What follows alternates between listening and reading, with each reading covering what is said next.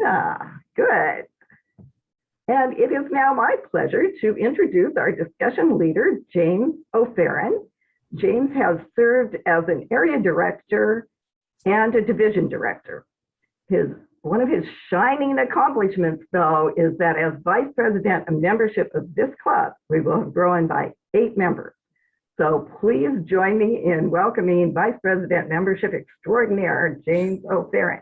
Thank you so much, Judy.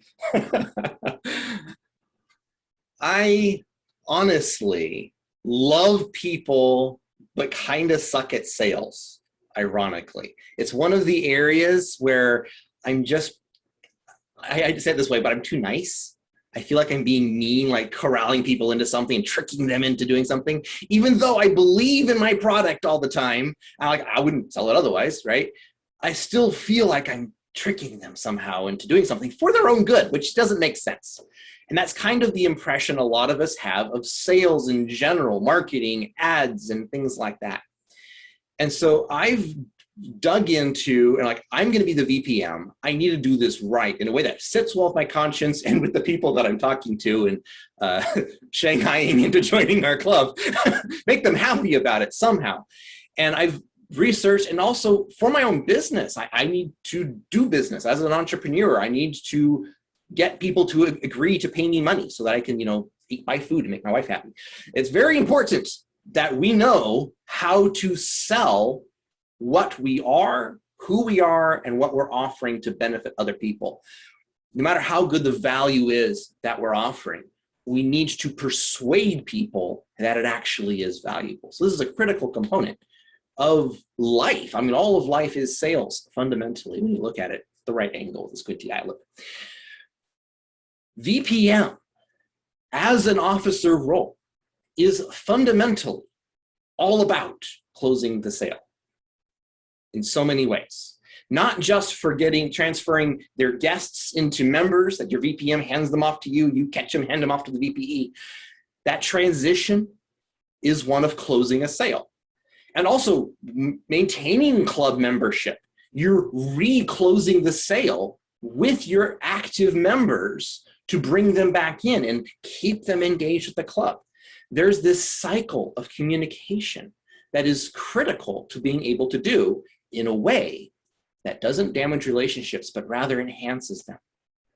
So I'll be talking about some of those deeper relational components to how we can make sales, and we'll do some exercises to help us get the tools and process so that we can not only close the sale in our clubs, but in all of life. And we will also be having Judy presenting a basic course on some of the details that often are missed on what a VPM does in Toastmasters specifically, which all that together means that you have about an hour and a half of dedicated high-level quality content training you to be the best VPM you could possibly be, which means, as it should be, it counts for DCP goals. So in order to count, if you are a VPM of a club and you want this to count for your distinguished club program goals as officer training for you, change your name in the participants list to put your club number, your first name, your last name, and your club number. And if you're not in District 32, also add your district as well. Kyle put it in the chat. And some of the details there if you missed how to exactly do that. If you need help, message.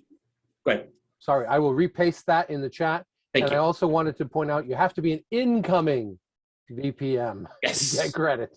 Yes, exactly. And then I'll get those details and forward them on to the appropriate district leadership so they can get you ticked off and get that. However, I also want to make sure that you know that we are still encouraging you to also go to the regular TLI events that we are having with the district. There is a really cool program they're doing with leadership elements. There'll be 3 of the ones already gone, 2 more upcoming that synergize with each other. And it's actually ideal if you go to all 3 of them.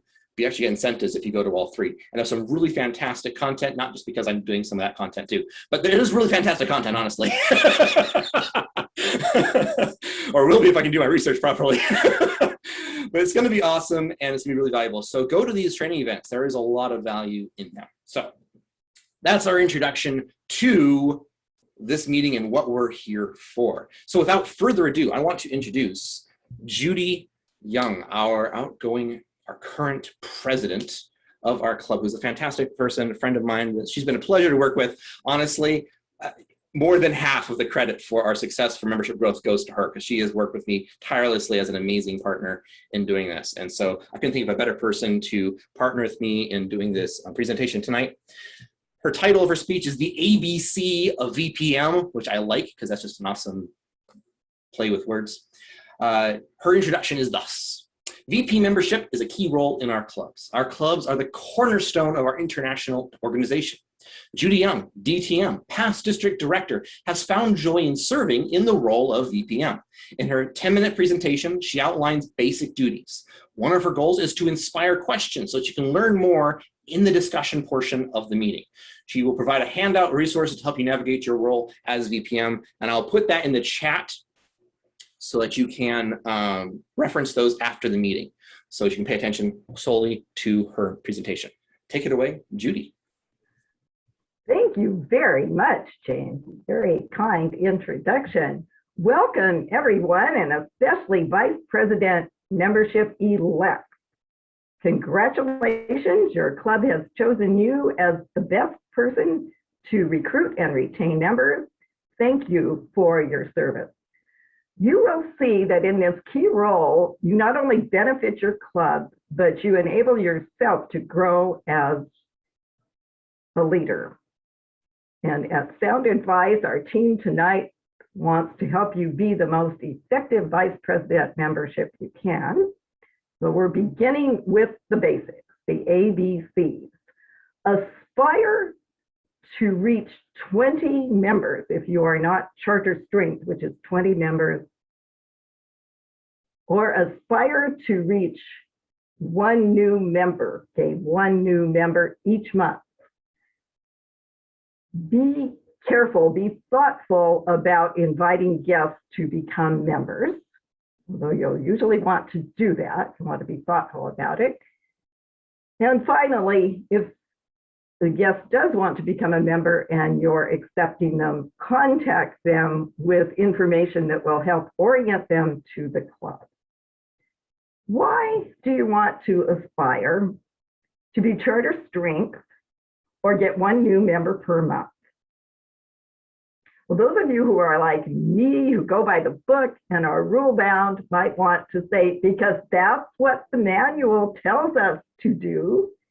The club leadership manual is on the TI website, and the link to it, I believe, is in the handout that you will receive.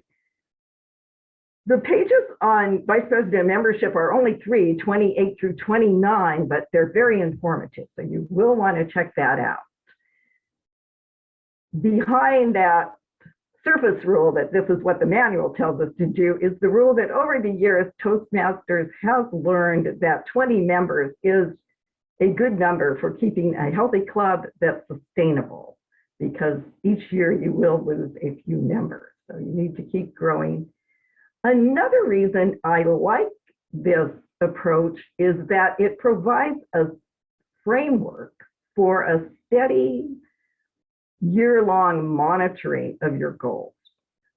In this club, we were striving for 20 members, charter strength. And each month at our executive committee, we would say, where are we? Have we got a new member this month? What are we going to do?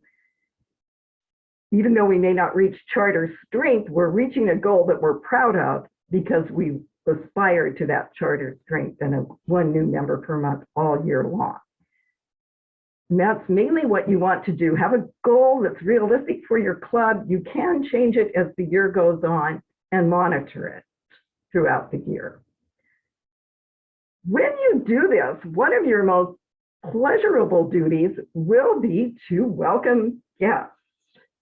Hopefully, your club has a warm, welcoming atmosphere, and you get to be the one who welcomes the guests. Kyle, oh, we do too. We have a very warm, welcoming atmosphere. There is a cautionary aspect to this, though.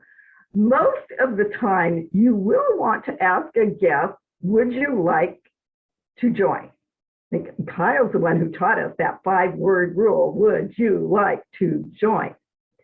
I think sometimes we're shy about this because we think of that as a hard sell, but it's not. It's simply an open-ended question. Sometimes the answer is, well, I'd like to visit again, or I'm visiting other clubs, or I have to check my work schedule. But the guest is free to answer you and knows that you would like them to join. That's the pleasant aspect. The cautionary aspect, I begin with reminding you that clubs under the Constitution, the club constitution that is on our governing documents of our international organization, requires that we vote in members. Does your club vote on membership applications? If you do not, urge your club to begin doing that immediately. A few years ago, I visited a very fine club. Well organized, it had a printed agenda in advance. Guests were warmly welcomed. The members were enthusiastic. Shortly into this well-organized meeting, stumbles an inebriated, noisy, boisterous man who begins interrupting people. They got him settled down. The meeting went okay. A member came up to me afterwards and said, Judy, he comes to all our meetings like that. I'm afraid one day he's going to apply for membership and I don't know if I could vote for him. I said, well, I wouldn't necessarily expect you to vote for him. The reason I give you this example, it illustrates 2 points. Number one, that is why you want to vote in members. Number two, this is most assuredly a guest to whom you would not say, would you like to join?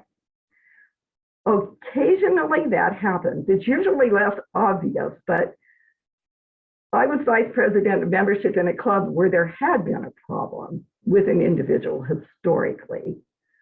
The executive committee knew this, knew he was visiting regularly and would probably want to join, and were proactive.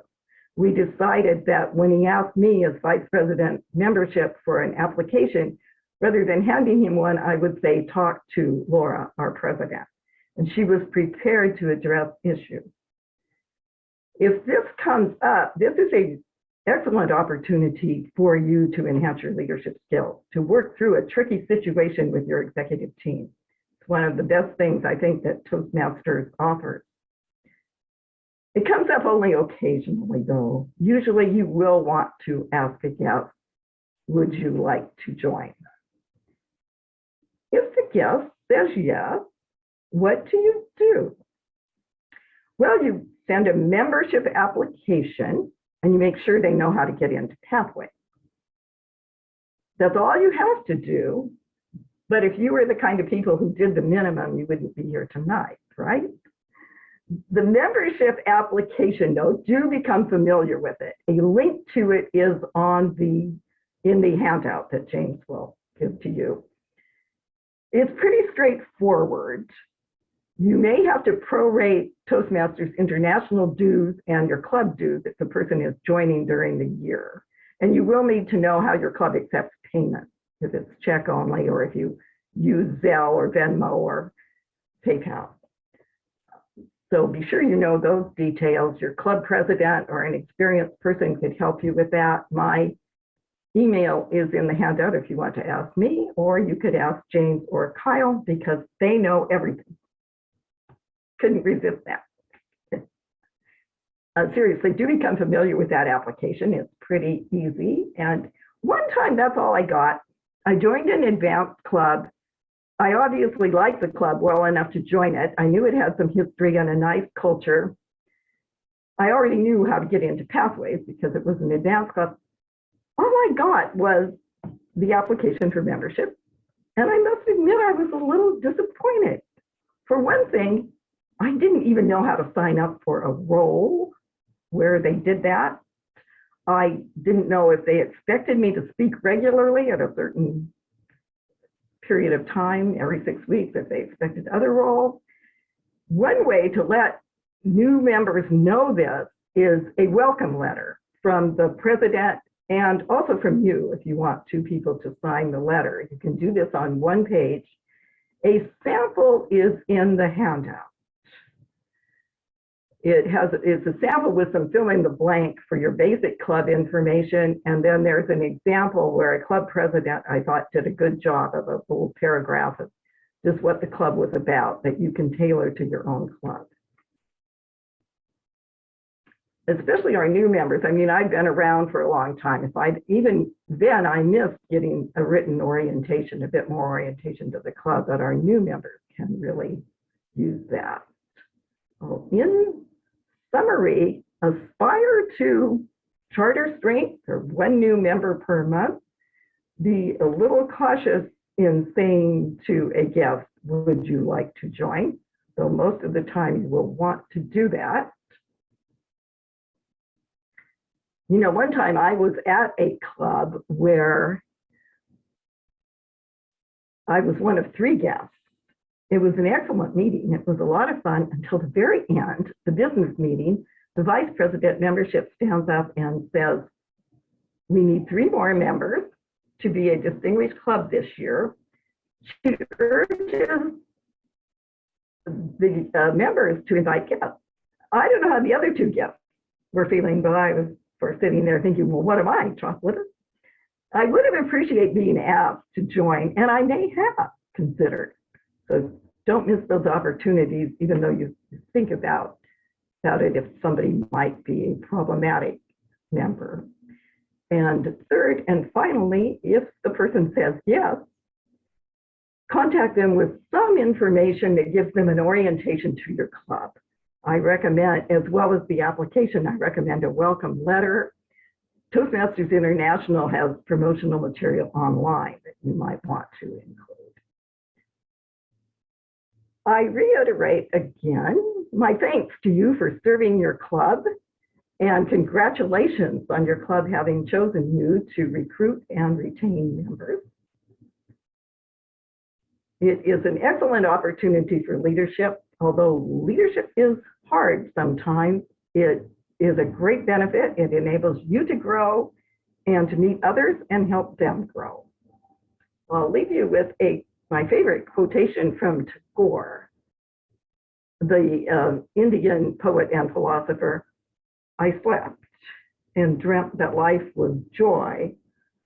I awoke and saw that life was service. I acted, and behold, service was joy.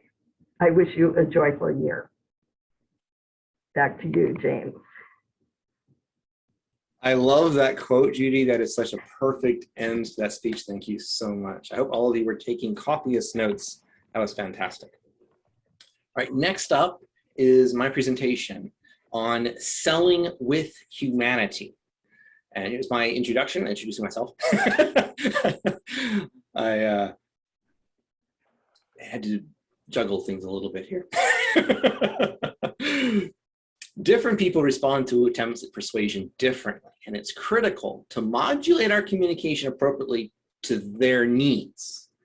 But underneath all personality types, there are humans who fundamentally desire connection. I am here tonight to help us learn how to create winning connections which lead to persuasive results. Thank you, Toastmasters. The hard sell.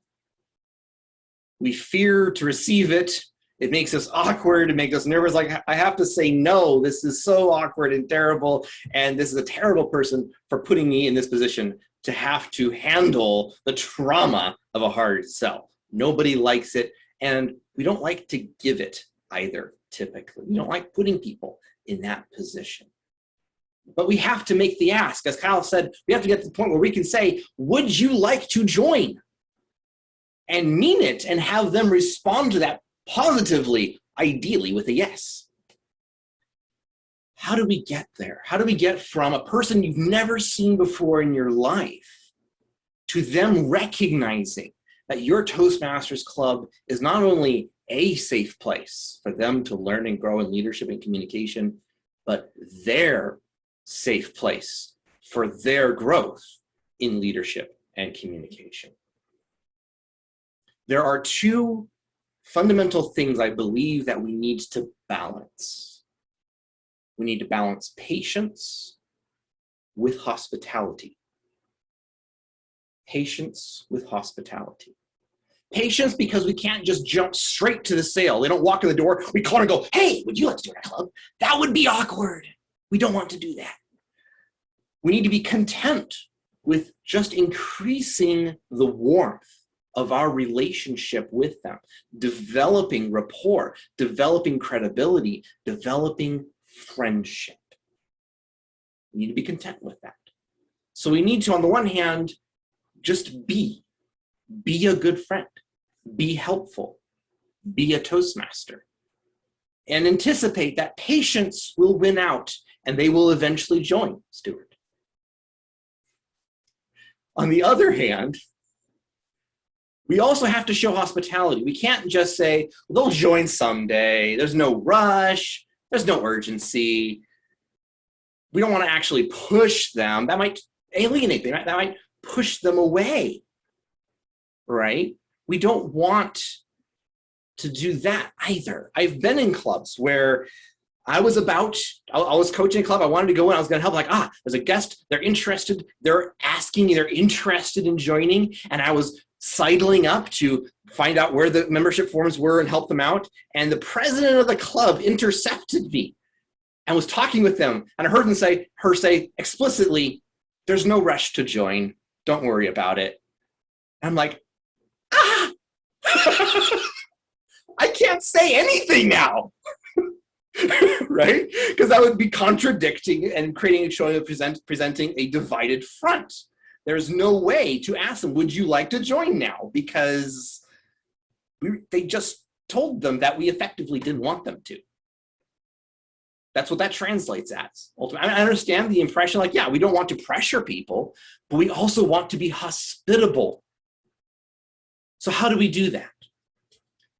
I like to think of it as reframing. When we are being hospitable and showing that we are inviting them in and we want them to join, we're not making a sale. We're welcoming them into a tribe. Joining the club is joining a family. And everyone, not just the VPM, but everyone in the club should naturally be inviting them in because they want them as part of the family. I could put a plug in for Nerd Masters here. Sorry. Nerd Masters is awesome about this. We can't help ourselves. People join and we're like, hey, come be assimilated. You become part of the nerd. And people are going, what the heck are they talking about? But as we go through the meeting, we're enthusiastically saying, oh, right, you're a nerd too. You belong here. We don't really say you should join. We say you belong here. We want you. That's not a hard sell. That's a very warm sell. So we need to balance this patience of accepting their timeline, but also making sure that they feel drawn in by the bonds of love. Maybe not quite that weird. Anyway, we need to make them feel welcome. But how do we do that mechanically? What does that look like in practical terms?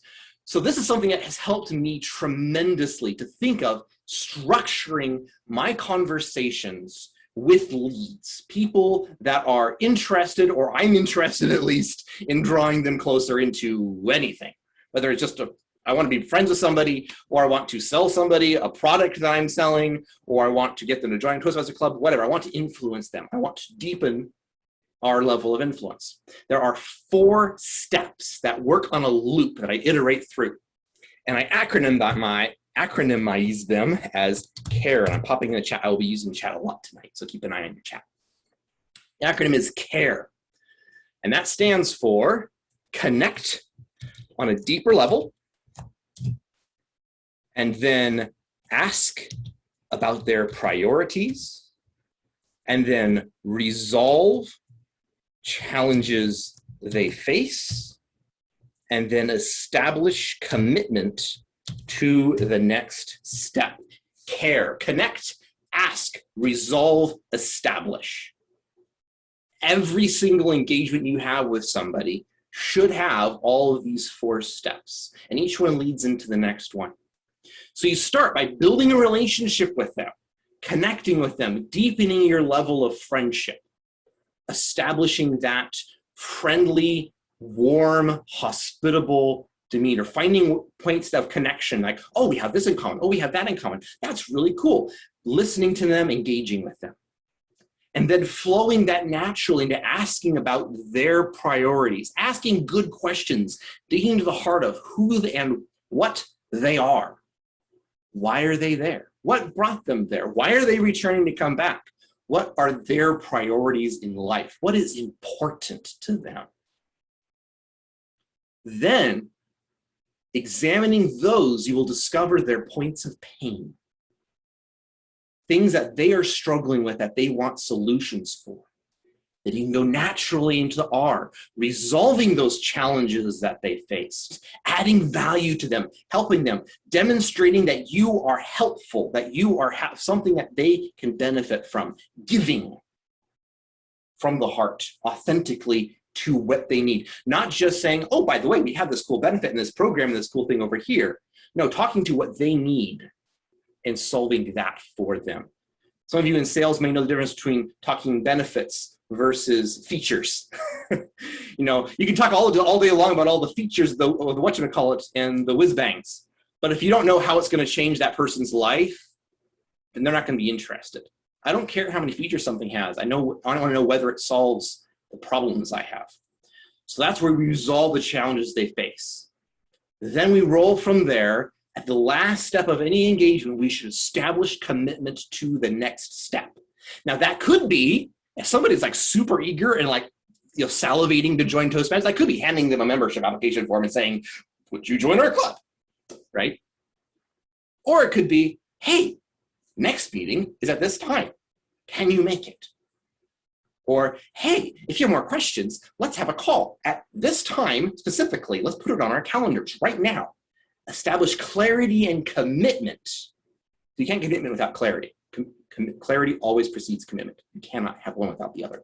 It's just a general leadership tip. This is true, and you're influencing somebody to do anything. You lead them into commitment to the next step of your process by getting clarity and commitment to that next step.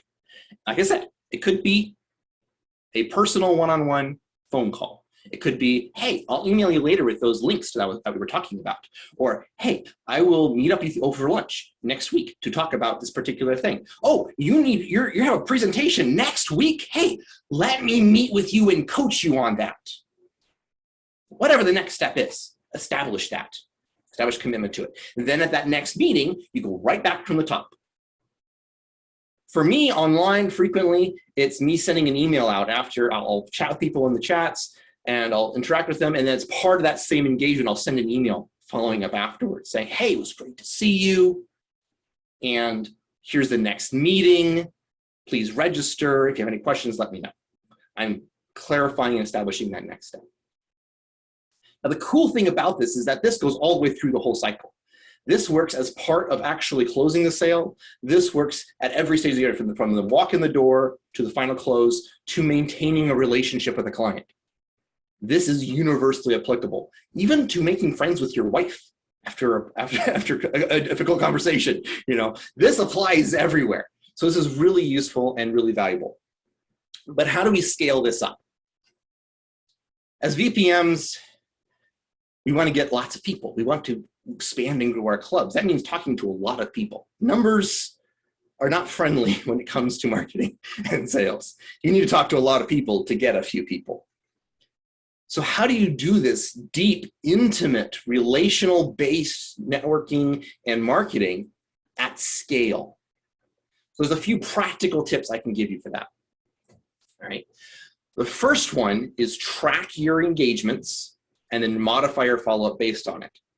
And then balance that with how much uniqueness you can apply to each engagement. So here's what I mean by that. So right now, in my browser, I have a spreadsheet, right, with all of you on it. Okay, I got it from the Eventbrite order form. Yep. Except for the ones of you who didn't register and are already members. If you didn't register and you're not a member, I added you in after the fact. If you're a member, I actually filter you out because I engage with you otherwise. But I keep track of who attended, who did not, and then I import those into a system that I have that I use for business, and I actually pay for it, but called a CRM. It's a client or customer relationship management system. There's a lot of ones out there that you can use. You don't have to use one though. There's other features you can do. I'll get into that in a bit. But I import those in there so I can see whether I've interacted with somebody before, whether it's their first time coming to the club or interacting, and if they attended or they just registered and didn't attend. And I sort them out, and I send different sets of emails to each of those different categories of people, personalized to their particular step in the process. And I use their name. I don't just send out a form email. I don't send out the same one every single meeting. I customize it slightly, modify along the same lines. Because people will attend multiple meetings, they'll get these emails, and they'll notice if it's the same exact one every single stinking time. That's just fake. So I take the time, I think about it, but I also send them en masse with their names. So how do I do that? There's two tools that I recommend for that. One is a CRM using a mail merge feature. So I'm going to copy and paste that into the chat so you guys can look it up. There are a lot of options out there. I'm not going to go technical and give all the details on how to pick one. HubSpot is one that has a free plan that supports these features that I'm talking about. So it might be useful for your club to set something like that up, or even invest in a professional one if you really want to go the extra mile and manage it between your members if you really want to. But you can also just use Gmail templating. If you use Gmail, if you have a club Gmail account, you can use templating where you save basically a copy and paste clipboard and notes of stuff you can copy and paste into things. And you can use that to keep track of things that you frequently use. And it saves a ton of time for sending out these kinds of things while still allowing you to customize it for each individual person. So that saves time so you can still customize it individually, but do it at scale. Because that's the balance you have to strike. Be personal, use their name, but also use tools to keep track so that you're not, wasting your time and trying to spend hours following up every individual person. You've got to balance both those things.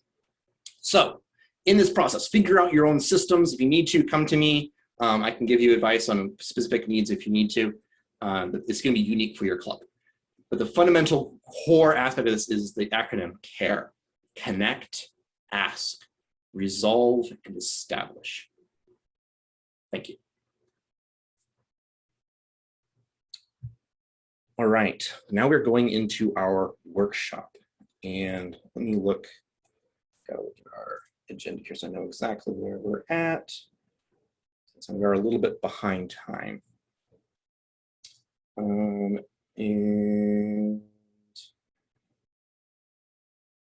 okay, there we go. Just so you can check on my notes here. I have limited real estate space on my screen.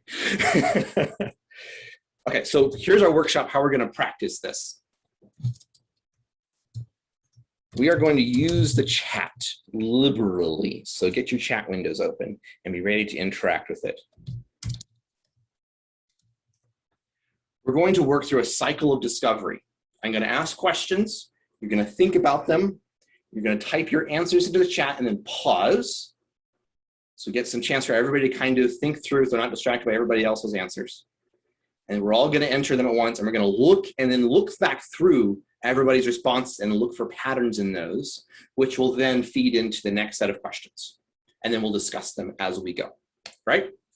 Clear as mud? All right, the first question is we're going to work through these segments of connect, ask, resolve, establish. All right, the first one is how do we take that initiative of connecting to somebody? What approaches work best? Another way of phrasing this question is, what makes you feel friendlier with somebody? Turning it around on a head. If you are a person coming into a relationship and somebody behaves towards you in a certain way that makes you feel, oh, this is leveling up their friendship level. They're getting some XP over there, being a bit nerdy here. They're developing their friendly relationship with you. What does that look like? How do we frame that? What questions are asked? So put in the chat, type it in there, think about it. Don't send it quite yet. wait a minute or so. Everybody get a chance to put in there, right in there, what makes you feel more connected to somebody? And what approaches work for that? How do we take initiative to connect? Okay, how many of you have ready to go? We've got a bunch here. Okay, feel free to add more in as we go, but everybody who has it in there, go ahead and hit send. Beautiful cascade, excellent. All right, they're coming in. You can keep sending them in there as we go a little bit. So I'm gonna scroll back up here.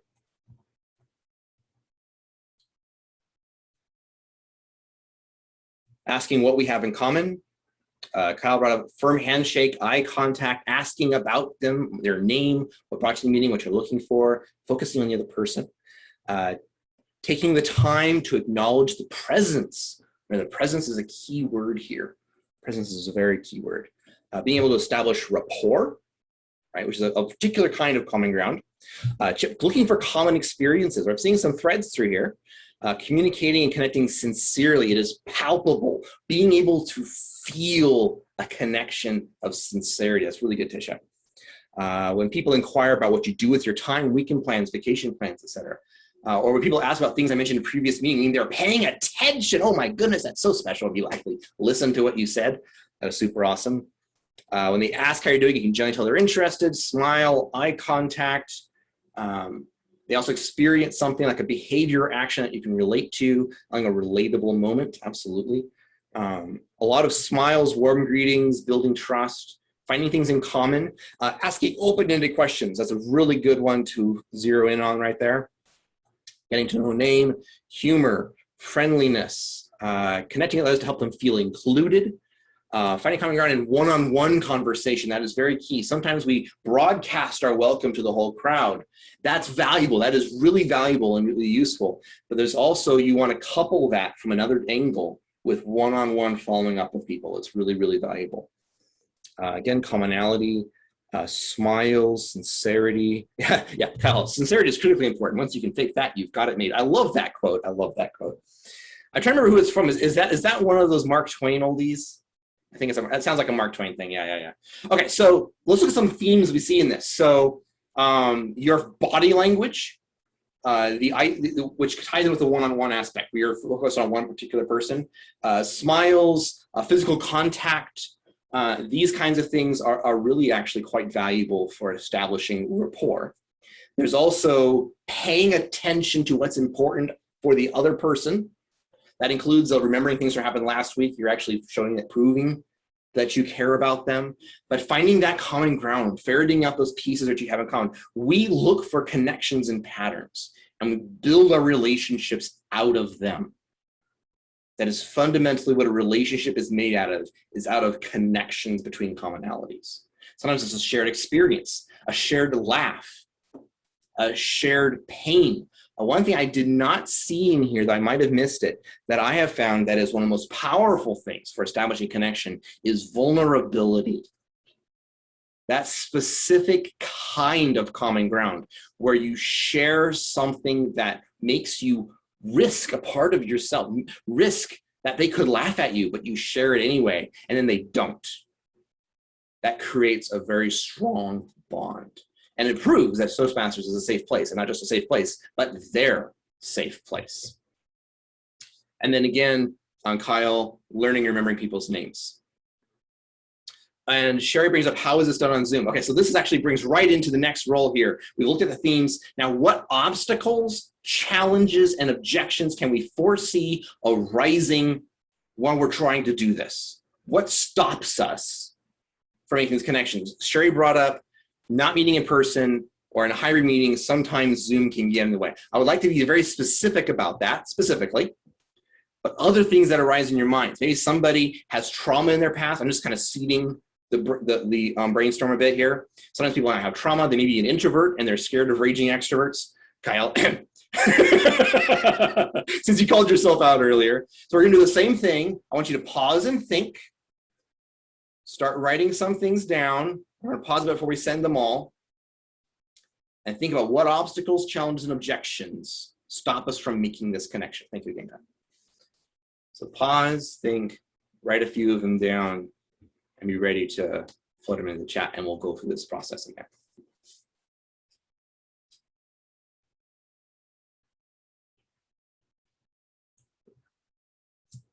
All right. How many of you got stuff in there? Okay, let's dump them all in there. Let's hit send and take a look at what we've got here.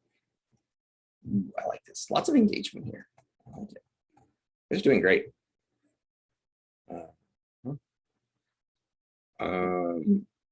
The challenge of toning yourself down when you meet a shy or quiet person. I can empathize deeply with that. And I'm really glad I figured out well enough to actually marry my wife, which I know Kyle can empathize with. It is a royal challenge. I didn't scare her away miraculously. Okay. But that is a challenge. This is a very significant challenge of when you deal with somebody with a different personality type. Sometimes we can approach in ways that are rough or abrasive without meaning to. A corollary to that is cultural differences. Sometimes we may do something that is actually offensive from somebody's native culture that we didn't realize. And we have to be cognizant of that. And I think honestly, the biggest key is, studying, learning, being aware, but also being willing just to say, I'm sorry. That covers a multitude of sins. Developing a sense of connection over Zoom is hard, especially if we can't train ourselves to look at the camera. That is a really big challenge. And though there is a point where, looking at people's face, we've kind of adapted a little bit to that, of knowing, okay, he's looking at me, even though I can't make eye contact, because you can't really both make eye contact at the same time. We've kind of adjusted to that. But that is important to keep looking at the camera to engage people. So yes. Fear of rejection. The other, not acknowledging that I'm reaching out. Yes. And yeah, fear is a huge component here. Intimidation, lack of confidence in approaching someone new, the challenges of finding that common ground, finding the connection to engage someone, not knowing where to look, I think is part of that. Zoom meeting structure kind of works against one-on-one, particularly when you have a strict agenda, where here's what we're doing, here's what we're doing, here's what we're doing, and then people kind of join and then leave right afterwards. There's less incentive for socializing oftentimes, and because in a business meeting, like in a physical location, you have to walk by each other out and you say goodbye and so on. It's a bit different, a bit challenging. So that is a big challenge here. Feeling socially awkward, you're busy with other tasks, you're too distracted by other things, can get in the way from engaging directly one-on-one. Our own shyness, that is a huge one, absolutely. Lack of confidence, fear of rejection. I'm seeing a lot of common themes here. Not enough trust developed to share or explore those vulnerabilities. And how much trust is necessary in order to share that initial bit of vulnerability to deepen that trust? What's that threshold where we can do that? That's a huge, huge question. Being careful not to come across as gruff, abrasive, or intimidating, so they're not challenging them. If it seems inequitable or too much work or insurmountable for what is offered, like it doesn't seem fair about how much work it might take on one hand. Sometimes we'll reach out, put a lot of effort in reaching out, and they're just kind of monosyllabic. I find it ironic that monosyllabic is not monosyllabic, but anyway, it's a side tangent. They're not reciprocating, and it's hard to follow through and actually really engage. And that is true. It is challenging. Or if you're the only one in the club who's reaching out, and you suddenly seem like you're the oddball because you're standing there and you're the social butterfly, and everybody's kind of looking at you like you're weird. That's sad. This should be a club thing. All of us should do that and participate. And that actually helps specifically with the fear and the lack of confidence. If it's a club norm of your culture, if everybody's doing it, you can kind of hide in the crowd and be a bit more extroverted by hiding in the crowd. So you kind of have that support of your buddies helping you out and backing you up. It's harder online, but it is doable. You can do it. Again, nerd masters, really good at that. Someone might be in a hurry to leave or show a little interest in the meeting. Add more value. Value is really key there. If someone's always on their phone, they don't seem approachable. Good point there, Robin. And interestingly, now the corollary with Zoom, where you can tell when somebody's busy on their computer, tapping things, they're busy on their email, they may be looking in your general direction, but it's like they're standing in front of you and looking at their phone, right? And it creates that disconnection. So we have to be careful and cognizant. Sometimes it has to happen before coordinating something or planning things or pulling stuff together. It's a part of things. So you have to kind of be distinguished between I'm standing here, I'm working on my phone, putting something together for a presentation, or I'm actually in a conversation, I'm putting it aside to focus on you. And we kind of have to read between the lines, but also be cognizant of that and not multitask when we're actually talking to people. Cal said, I once watched 5 extroverts descend upon one poor introverted guest. She almost fled. Almost. I'm surprised she didn't. Okay, so looking at some themes through here, fear and lack of confidence, that emotional piece, not only on your own part, but on their part, right? Figuring out how to bridge that gap, which also plays into the challenges that we see with like the misdistribution of effort, in a sense where it's not completely reciprocal. Also plays into that sometimes, is that awkwardness of not knowing what to say or how to say it, and you're coming across too hard and they withdraw because of that. It's being, so a lot of that particular part is being aware, reading the room, not just speaking to say things and not just listening so that you can say something, but authentically listening and focusing on the other person to understand where they're at. Not just to the words they're saying so they get to the information they're conveying, but why they're conveying it. What does this tell you about them? And you can read them and understand, this person is an introvert. This person is awkward. And I need to dial down my energy to connect with them. So focusing on them, not just so you can say your pitch. That's why the first 2 of this connect and ask are all about the other person. And resolve is all about the other person too, because you're answering their objections. But that's kind of your response to it. But those 2 are all listening, all receptive actions in those first 2 segments. I didn't care. What else do we have here? Okay, so, and the Zoom, the disconnection in Zoom. Chat is really powerful. I just want to toss that out there. Engaging one-on-one in chat is why I always encourage to have the chat be open for private messages as well, because then you can do that. You can have a certain element of that and encourage people to hang out afterwards, but also following up with email after the meeting lends that personal touch. It really does. And then saying, hey, great to see you at the meeting. Hey, would you like to have a call sometime? And you can get on, it's like buttonholing somebody after the meeting and saying, hey, let's chat. You can do that. You can extend the meeting beyond the confines of the meeting itself and engage on your own terms in a way, and it'll be a lot more friendly for introverts. Sometimes just via email, having a conversation, following up, not just looking only at the confines of Zoom, but looking at what Zoom connects to.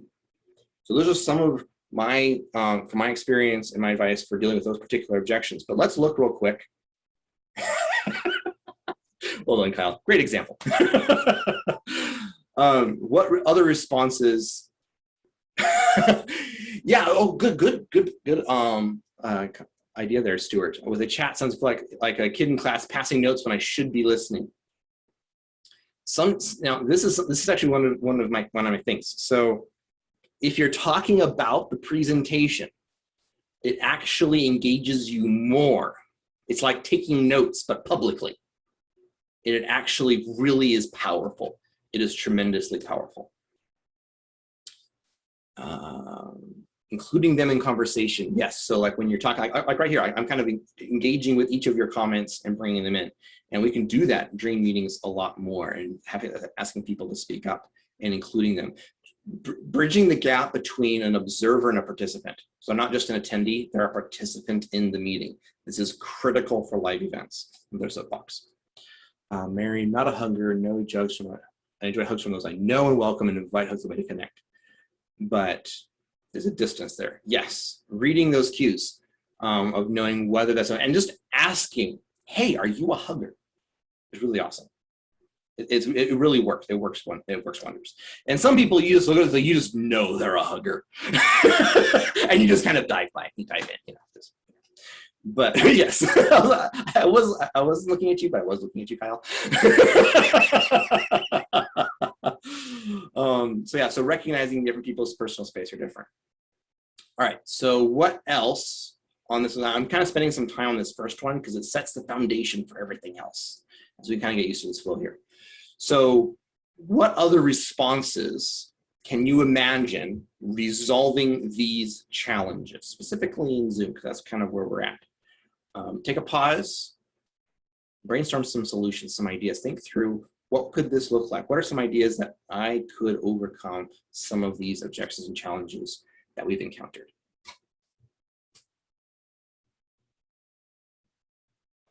You're asking us to be general or specific to some of these? Yes. That was an or question. It's not a yes. Repeat the question, please. Yes. So what responses can you imagine resolving these objections and challenges?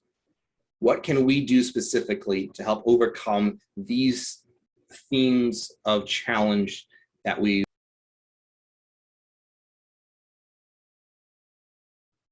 All right. Have we got responses? Still thinking? Still working?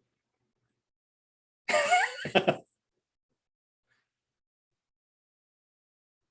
if you've got some in there, go ahead and send them now. And if you have some more, we can pop them in a bit. So as we go. Share your own pain points that you have in common to put someone at ease.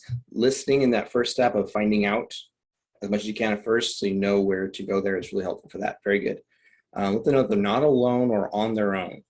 Share the mentor program to help provide initial guidance. Yes, the mentor program is powerful. It is an underused but core component of Toastmasters. Having a set time to engage guests, let them know at the beginning of the meeting and when that will occur. Also creating more ways to interact with the audience during our speeches. Heartily agree. Practice with fellow Toastmasters. Yes, yes, yes. Just sit down and say, hey, we're going to practice and pretend to be pretend to be prospective guests and take turns. Listening and observing their space bubble, knowing you can make a new friend. You know, something you never know if somebody you're meeting is your best friend, but not yet. You never know. You never know. So sometimes I've got an instinct with somebody, like they'll walk in a room and I'll know nothing about them. I'm like, you know, that person, I bet we're going to connect real well. I have no idea why. And then I'll just like, maybe days later, I'll end up getting an opportunity to connect with them and we become best wild friends. There's something like a spiritual connection. Something happens sometimes. It's interesting. Be aware for that. Seek that out. It means something. Set up center protocols that would include an action item that someone will break away from the group and reach out to the new person. Say hello to them if you're the one talking when they come into the meeting. Setting up systems for making this happen. I love that. I love that. Systems are incredibly powerful. And what's cool about that also is that it lowers the barrier. If you're the shy one, or if you feel awkward or lack confidence, if you have a system in place for knowing this is how we're doing this is when we're doing it, and this is with whom I'm doing this, it really breaks that down and helps out a lot. Asking direct questions and accepting the answer. That is a very Joanna thing to say, but very true. Very, very true. Work to get comfortable and find that rejection or distrust will sometimes occur. It is part of attempting connection. That is true. There will be fumbles, there will be foibles, there will be mistakes and missteps. And like I said, I'm sorry, we'll cover a multitude of sins. You can do chat exercise. I love icebreaker exercises where you have to get to know about each other and fill out forms and whatnot. Those are really fun just to really get everybody just talking. Even if not necessarily you remember everything that comes out at the end, it is really useful though. Talking, self-messaging, self-talk, talking to ourselves, affirming that I will reach out to the new person, even if I feel shy. Really, really powerful. Learn to look into the camera. Yep. Not like this, though. That's creepy. Ooh, I like this. Mary Morrison posted this. Visited a club and they took a few minutes, about 5 at the beginning of the meeting, to break everyone into small groups with a specific question to answer. We spent the time in small groups, then joined the large group and shared. I felt very welcomed and on a good standing with others who were guests or members. We'd all just broken the ice with each other. I love that. That is a really cool idea. Maybe putting that as part of your agenda for every meeting. Some of our agendas are pretty tight, but just like taking just 5 minutes for a breakout room at the beginning to do icebreakers and network and just chat and has a specific question to break that ice. I really like that. Expressing humor through chat is a skill, which means it can be learned. Very true, which I suppose that means I need to put a plug in for joining the Laugh Lab Story Masters Club, because I'm assuming you guys do master classes on that. Maybe, I don't know. I still haven't. I don't know if I've actually visited yet. I should. Al's gonna be grumpy at me. Is chat an acronym? We'll have to ask Kyle to do a presentation on the acronym of what chat is and how it reflects humor in chat. Connect, humor, ask, thank. I love it. Good job, Stuart. We're creating a whole new workshop right here. I love these solutions. I recommend that we save this chat and go on there and use this. All right, so now I want this. This one's not in chat. This one's more verbal. So be free to open your mics for this. How confident are you in this part of the loop of care, of connecting somebody? How confident do you feel that you understand the challenges you'll face, options that you can use to meet them, and that you understand why it's there and how it works? How confident do you guys feel with it right now? And feel free to unmute and share if you are not confident, if you have ideas how you could be more confident or more thoughts about it or challenges. This is also a brief Q&A period too. If you have like questions about it or how it could work, feel free to put in chat or unmute, either way. Hopeful but not skilled. I love that, Julia. That is a really good place to be. Really good place to be. I hesitate to say this, but I think I've gotten to the point where I work through this. You know, they talk about knowing what you don't know and not knowing what you don't know and knowing what you know. Anyway, I think I've gotten to the point where I practice this unconsciously now. Mm-hmm. Yeah. When I meet somebody, I just start asking them and I listen and, oh, you have a problem? Oh, and I'll ask them if I have a suggestion. Would you like it? And yeah, it's just the way I interact with people now. Yeah. I can attest to that. I've seen that with you, Kyle. It's one reason why we clicked. We were doing the same loop. I kind of grew up with this, honestly, and it's kind of unconscious. My weak point actually is specifically established, the last one. That close piece is the one I struggled. I do the connect, ask, resolve very naturally, and I just do it as a lifestyle. But that last bit of establishing the next piece, I still struggle with that one. So that's kind of my weak point, which is why we're actually going to jump all the way over to that one. Because a lot of these same things connect. Like we could spend a whole day seminar breaking down each one of these in this way, and like doing coaching and really working through each one of them. But I want to make sure we hit that last one because it is the close ultimately where that happens. But before we move on to that one, does anybody have anything else about how you could become more confident in this particular one, or maybe testimonies about your journey through this? James, I Mary, have something. Go ahead. In the last year for BGs specifically, which is a community club, we've been contacted probably by a dozen people.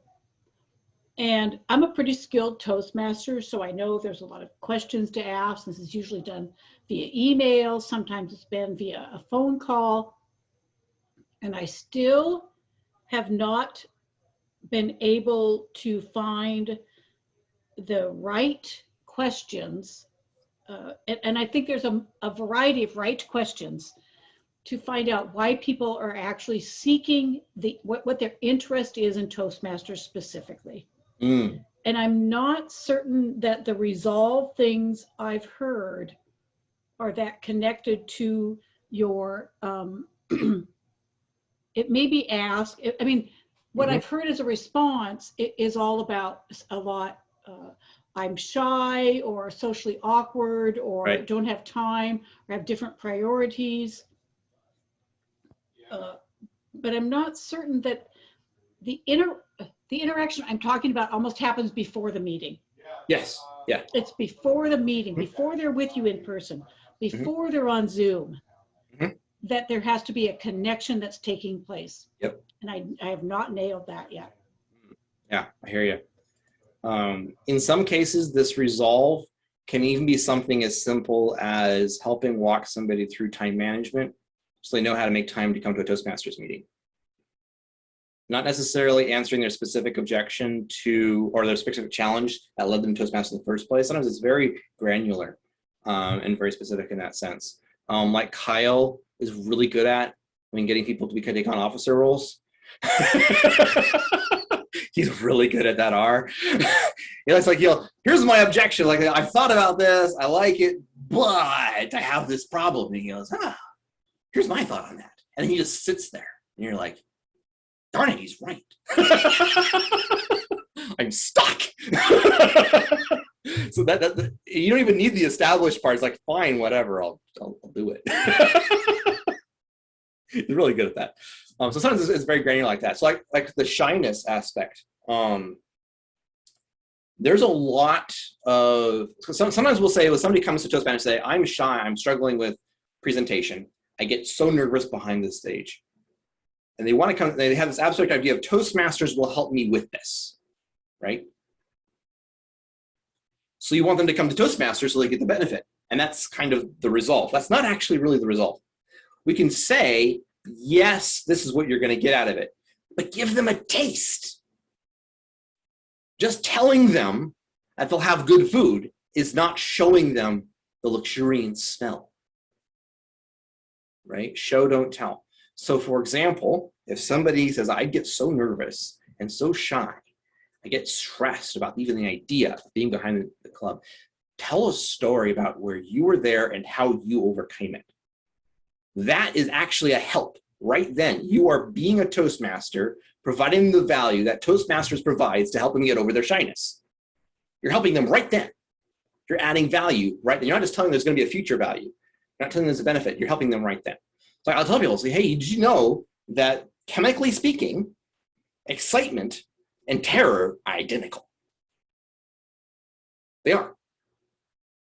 So if you get behind that podium and your knees are knocking, you say, wow, I'm really excited to do this. I must be really good at it. It works, right? And people look at you like you're crazy. They're like, no, seriously, try it. And then they'll flip their minds around and they'll try, and they'll say, this actually works. And it was, wow, Toastmasters helped me, even if they haven't joined yet. Because you gave them some experience that you've learned, something that you learned. Like maybe Kyle could do a bit like, oh, by the way, you struggle memorizing notes? Hey, here's this thing that I do with invisible notes. And just mention it offhandedly. And I go, wow, there's a lot of value in Toastmasters. So resolving a bit, just a snippet. That's why table topics are so great. You can encapsulate something really brief and say, hey, here's a bit of my experience, how it helps. That's where that resolve really helps, I think, is rolling forward with that. Okay, I want to get into establish here because this is the close thing here. So we're going to go back through at the top here, and this is something that Kyle actually mentioned as should be a key part of this exercise, and I kind of actually built this exercise back off of this particular thing here. When you are making the ask, I want you to include both. Would you like to join the club, or also a follow up for the next step? Would you like to meet with me afterwards? What does that look like? How do you phrase it? What are ways you've seen it phrased, whether you like it or dislike it? Put both in and put those in the. By the way, while you're doing that, this process of question asking is actually this whole thing on its own. I recommend that you take these and then go sit down with a piece of paper and go through like the ask and the resolve, and then go through these same questions. I was like, what approaches does this look like? Brainstorm a bunch of them, look for some themes and patterns, list those out. What obstacles, challenges, or objections can you foresee occurring when you try and do those? Then what responses can you imagine resolving those? And then how confident are you that you would be able to actually follow through on those? That's a coaching process. You can do it with yourself. It's not as effective as actually with another person, but it does help for yourself. Like if you're like, I want to do exercises, you ask yourself, well, what does that look like? What specifically I'm going to do to exercise? What are the things that are going to stop me from doing exercises? How am I going to overcome those obstacles? How confident am I actually am going to follow through and actually do that? It really provides clarity for helping you to figure stuff out. So, all right. Go. What are your things that you've seen for making the ask?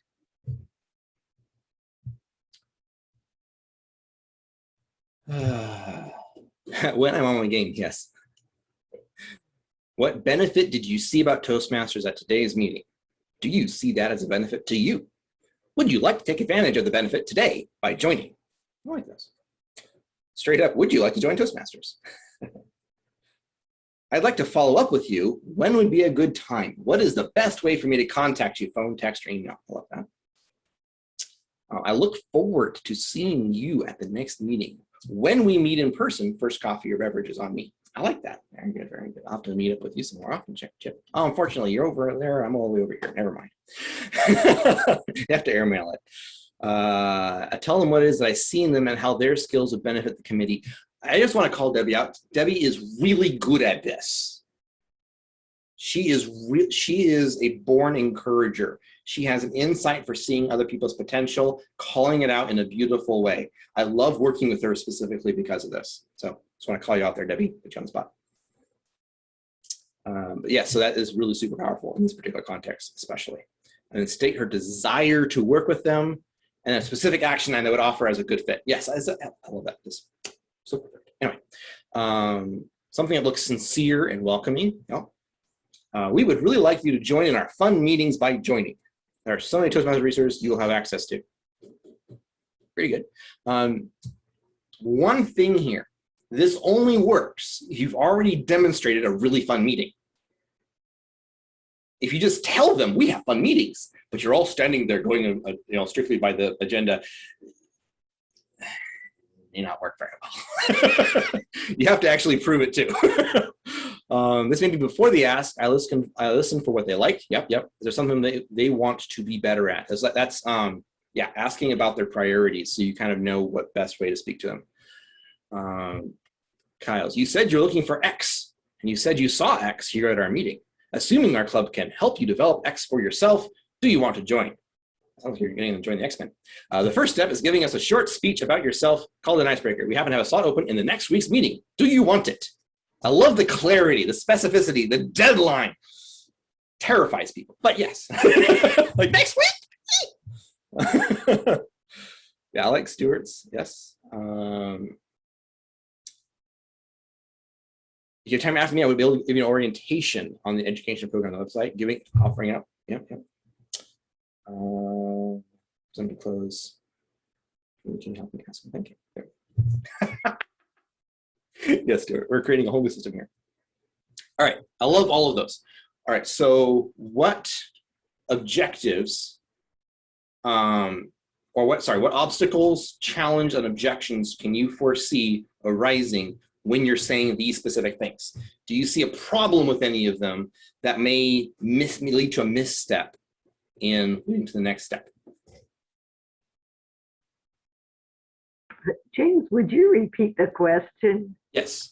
What obstacles or objections do you foresee when trying to implement one or more of these particular asks, or any ask? What kinds of things? I mean, an obvious one is like, I don't have time to join Toastmasters. I don't have money to join Toastmasters is rare because Toastmasters is darn cheap, and people often will help each other out with that. But it is sometimes it come up, so that is an objection that comes up.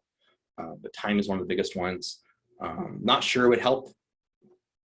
There's other objections. But sometimes there's specific ones that come up with particular ways the question is asked that lead to hidden missteps. So bring some of those up to his. And go ahead and go. Go ahead and put them in there. Right. So if it isn't what people expected, they feel intimidated or awkward about the formality. So those are some specific things. That's very interesting, yes. So I kind of read that as like a cultural mismatch, which is key. Match up to the person. One technique does not work for all. Very true. Learn and grow. Implement the presumptive close as I described it. The person might get on the agenda for then. Comments have to scramble to get all their ducks in a row. Yeah. Someone may not have the confidence to admit the benefits of Toastmaster would help them reach their goals for growth. A fundamental lack of belief in one's capacity for growth is a very difficult objection to overcome. Frequently, people who come to Toastmasters for like an event rather than a regular meeting may fall in this category, I think, because they're not there seeking growth. They're just there to help out a friend or something, and they need to be persuaded they can grow. Sharing testimonies of personal growth. I mean, I'll tell people, like, I remember guys who they get up their icebreaker, they're like cowering behind it, and you can hear the lectern shaking as they're vibrating, you know, and then one hand, their hands in the back of their pockets, they're swaying around looking at the ceiling, you know, and they forget half their icebreaker, and then 3 later, they're strutting around and using dramatic notions, and it's just amazing. So telling stories like that are really powerful for that particular thing. They're like, oh, if that person can change, I can change. Overcommitted, overwhelmed with what I already have on my plate. You know, for trying to get people to join yet another advanced club, I hear that so often.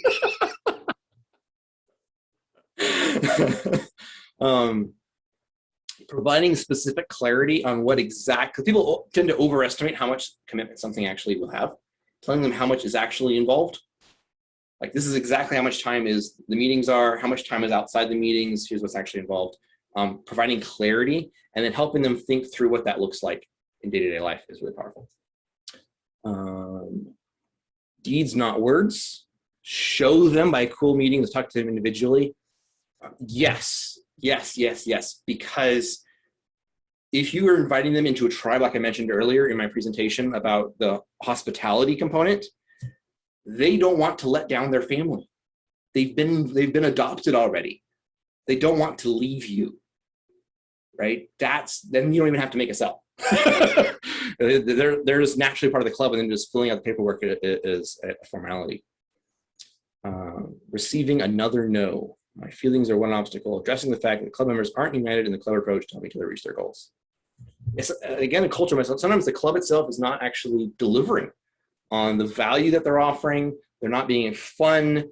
They're not rallying together. Their culture is a mishmash. Sometimes that happens. And sometimes you have to step back and take a look. It's like, is our club following through with care as a club? And take a hard look at it, because one person doesn't make a club. Some people have very specific objections with online only or in person for particular people. And sometimes you can't really change that. Going hybrid can work to include both, but there's only so much you can really do. Some people just like have an aversion to online because they haven't tried it in an environment that actually uses it for its full potential.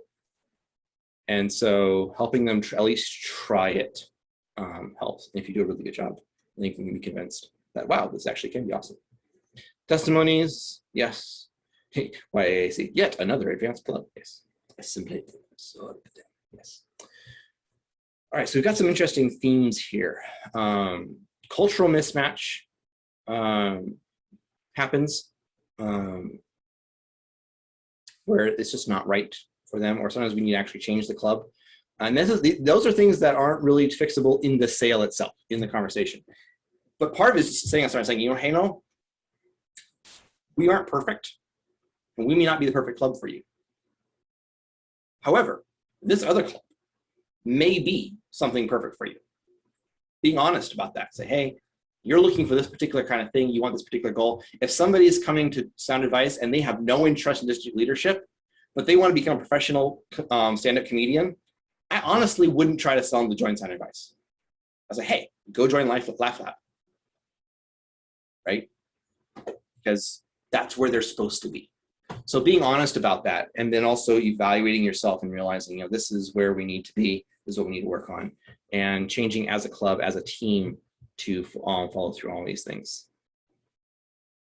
Clubs have personalities, yes. Yes. You'll connect with one club and not with another. Very, very key. I mean, like Nerd Masters isn't for everybody. I mean, you don't have to be a nerd to love Nerd Masters, but you kind of have to love nerds to love Nerd Masters. So if you don't, it's not really for you, which is fine. That's totally fine. So, you know, recognizing that it's okay for people pushing through, establishing that next step may be accepting a no and saying, hey, that's fine, we're still friends. Welcome back as a guest. Here's another club, or other things like that. Accepting that as one of the possible results frees a lot of fear up. You're not committed to only one goal, right? You're wanting legitimately to help the other person find their safe place to grow. That's your goal. Not specifically, this person must join our club. Though, of course, Stuart has to join our club, but yeah. Anyway. This has become a running meme, Stuart. Sorry. This is too much fun. And sometimes, sometimes like, Laurie mentioned, Nerdmasters meets too late for me. Honestly, it meets too late for me too, but I still go. I'm addicted. But so, yes, I get you. Sometimes that happens. And sometimes, if you realize that maybe we need to move the time that you meeting the club, not for one person, but for a lot of people, sometimes that needs to happen. But sometimes it's like, how can we help this person overcome these particular challenges? Okay, we are at the top of the hour, and we have 5 minutes left of this particular section, according to my agenda. And so, yeah, it is 8 o'clock, but general hour starts at 8 o'clock. So we will have 5 minutes for Q&A, final wrap up for people to bring up anything, last thoughts, questions, concerns, or things for follow-up that you might want to know more about, or things. How do we get people to want to come as guests to our meeting? So lead generation in the first place. That is the VP, Vice Exactly. President of Public Relations job. Yeah, that is kind of the context of it, though, that flow, because the Vice President of Public Relations goes out to the ignorant, unwashed masses and then draws them in, and the Vice President membership converts them into happy little members and hands them off to the VP. Kyle. Right now, while clubs are still meeting on Zoom, and some clubs are starting to go hybrid, some clubs may give up Zoom entirely, but right now most of our clubs are still in Zoom. We have an opportunity, and it's a golden opportunity. We are no longer constrained by geography. Yes. And what I have been telling clubs to do is plan an event. First of all, think about what demographic do you want to attract? What type of people do you want? One club I talked to, most of the people in the club are writers. It took me a little while to get them to give up the idea of talking to everybody, and they finally said, well, we'd really like to attract more writers. Great, that's perfect. Put on an event for writers. But we're a Toastmasters group. He said, how do writers have to learn to speak? Yeah. Put on an event teaching writers how to learn to speak. Oh. And they put on an event and they got 40 guests. Now, I don't know whether any of those people joined or not, but they got 40 guests. Mm-hmm. So, of course, you have to plan the event. You have to plan it far enough out. You have to market the heck out of it.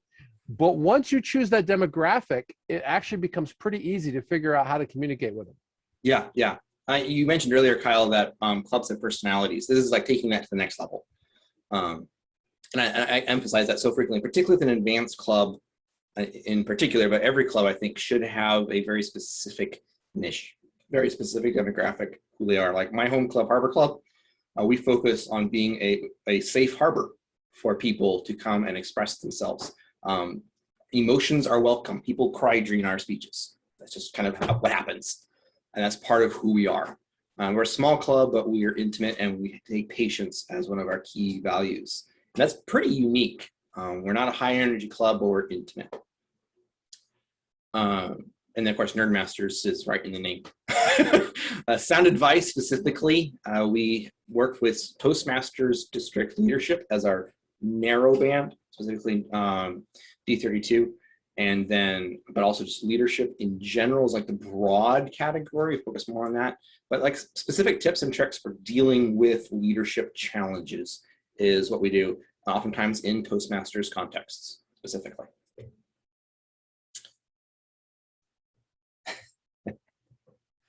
We have only 1 minute left. Judy. I was afraid it would take me a minute to unmute myself.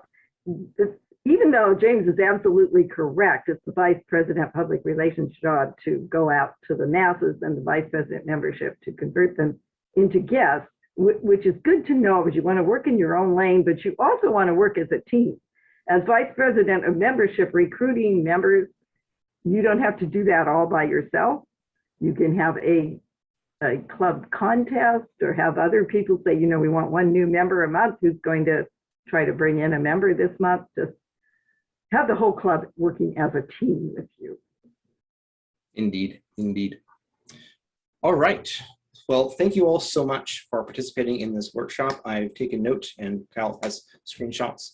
And so I'm going to hand off this portion as the end of this off to our general evaluator, Lori, who will give a general evaluation of the meeting for 5 minutes before we go into our timer in the end. James, do we have time to include Ann's evaluation of Judy's speech? Those will be written only. Okay, all right. I was uncertain about that. Yep, we had to take out the evaluators to make room for the for installation at the end. Okay, all right. So overall, the meeting, thank you, Judy, for starting us on time. And we're looking forward to being done on time. And I think, James, you've done a good job sticking to the timing and the agenda to help us look forward to that goal.